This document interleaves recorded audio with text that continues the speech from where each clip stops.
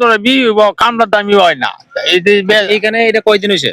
এখানেও হয়েছে 12 দিন চলছে 12 দিন চলছে। 12 12 দিনের ভিতরে ভাঙানোর আর সুযোগ পান নাই। নাই এর মধ্যে তো রৌদ্র ছিল কয়েকদিন। না রদ্র রদ্র সময় হাওয়া যায় না দেন বোমা বোমা নাই বোমা মেশিন পান নাই। বোমা মেশিন নাই।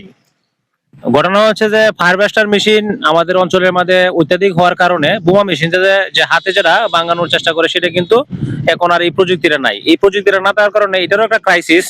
তবে আমাদের ওই হারভেস্টার মেশিনের পাশাপাশি এই প্রযুক্তিটাও ধরে রাখা প্রয়োজন, কেননা অত্যাধিক বৃষ্টির কারণে কিন্তু অনেক সময় ধান গাছ তলিয়ে যায় এবং হাতে কেটে আনার পরে যে এটা ভাঙানোর যে ব্যবস্থাটা সেই ব্যবস্থাটাও আমাদের ধরে রাখার প্রয়োজন।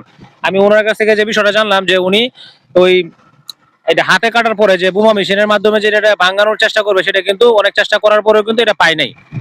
এই কারণেই ধানগুলো এইভাবে চোখের সামনে নষ্ট হয়ে যাচ্ছে। নাম হলো হাজি মতিউর রহমান। আমার আছে এই গত বছর আমার 18 মন ধান হয়েছে, এবার বুঝে খুব একটা কিছু না। ওনার কাছে যতটুকু জানলাম যে ওনার গত বছর 1800 মন ধান হয়েছিল, কিন্তু এই বছর বলতেছে যে আসলে আমার কুরাকের পরিমাণেও ধানগুলো সংগ্রহ করা যাচ্ছে না এখন পর্যন্ত।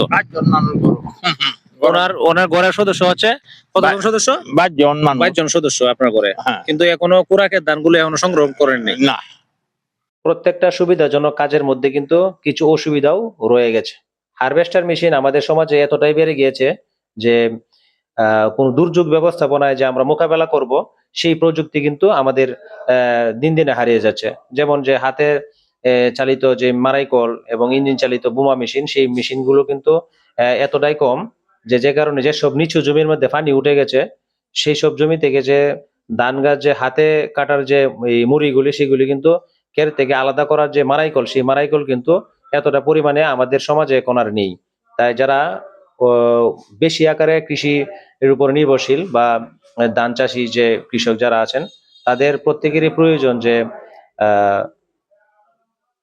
মারাইকলের একটা, যে হাতে কাটা যে ধানগুলো সেগুলো মারাইকলের একটা ব্যবস্থা রাখা। আপনারা দেখতে পাচ্ছেন অলরেডি কিন্তু চারা এসে গেছে।